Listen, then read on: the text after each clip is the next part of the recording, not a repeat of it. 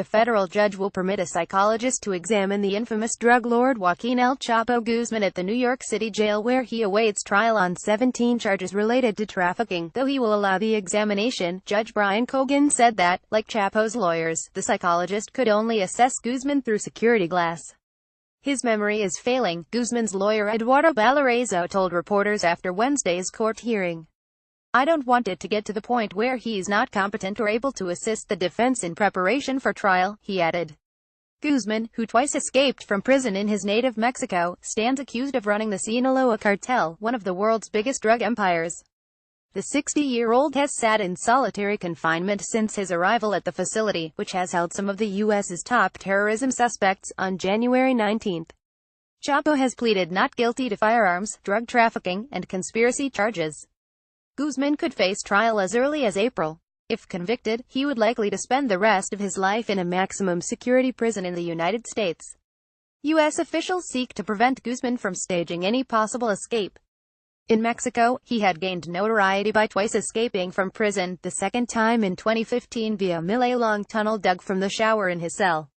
A marked deterioration. Lawyers have repeatedly reported poor conditions during Guzman's pretrial detention at the Metropolitan Correctional Center in Manhattan. On Tuesday, Valerizo told the AFP news agency that his client suffers from hallucinations and constant headaches, feels persecuted and depressed, and has difficulty remembering people, places and events. Valerizo said isolation had caused a marked deterioration in his mental state. Court papers from the defense claim that officials allow Guzman outside his cell for only 1 hour per day and have permitted him just a single visit with his daughters. Guzman's lawyers say their client has no fresh air in his frigid cell, no soap to wash himself with and only dirty sheets to sleep on. It is plain to the defense team that something is not right with Mr. Guzman, the papers read.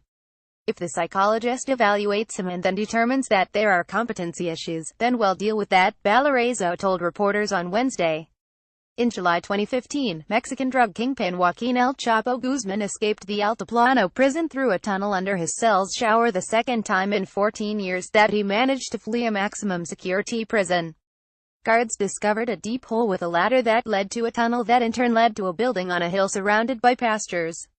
Not as clever as Guzman. In 2011, the wife of inmate Juan Ramirez Tijerina visited her husband in a Mexican prison, where he was serving a sentence for illegal weapons possession. She brought along a large suitcase she planned to lug him out with again. Prison guards, however, found the young man inside, curled up inside in the fetal position. In 1983, 38 Irish Republican Army IRA inmates broke out of the Maze, considered to be one of Europe's most escape-proof prisons. The Maze was the main prison in Northern Ireland for sentenced Republican and Loyalist paramilitaries. The inmates used smuggled guns and knives to overpower staff, and hijacked a kitchen van to drive to the main gate, and out of the compound. With the help of sharpened spoons and an improvised drill, 3 bank robbers managed to burrow their way out of their cells in Alcatraz high-security prison in the San Francisco Bay in 1962. To fool the prison guards at bay, the trio placed dummy heads in their beds. Once they were out, they used an inflatable raft made out of raincoats and vanished. It sounds like a script for Hollywood blockbuster. Pascal Payet twice used helicopters for his dramatic prison breaks. In 2001, the convicted murderer fled from a prison in a French village using a hijacked helicopter.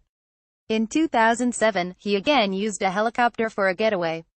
Previously, he had helped organize the escape of 3 captives who had been in jail with him, again using a helicopter. Awaiting trial, serial killer Theodore Robert Bundy escaped from a county law library by jumping from a window. Rearrested and sent to jail in Colorado, Bundy lost 30 pounds so he could escape again through a small light fixture hole in the cell ceiling. Bundy spread terror across the U.S., killing numerous women between January 1974 and 1978, when he was finally recaptured and sentenced to death. Inmate Walter Sturm, imprisoned for stealing offenses, left a smug note in his cell after his getaway from a Swiss prison in 1981. Off hunting Easter eggs, the note read. Sturm had sawed through the bars on his window, let himself down to the ground to the prison yard and fled to freedom by using a ladder. It was his 3rd prison break. In June 2015, 2 convicted murderers, David Sweat and Richard Matt, broke out of a maximum security prison in upstate New York, cutting holes in the walls of their adjoining cells, and working their way through a maze of catwalks and pipes to emerge from a manhole. The duo did a practice run the night before the escape. Matt was later killed by police while Sweat was recaptured, badly injured. Author Dagmar Breitenbach, MKGRCFA, AFP, DPA, AP.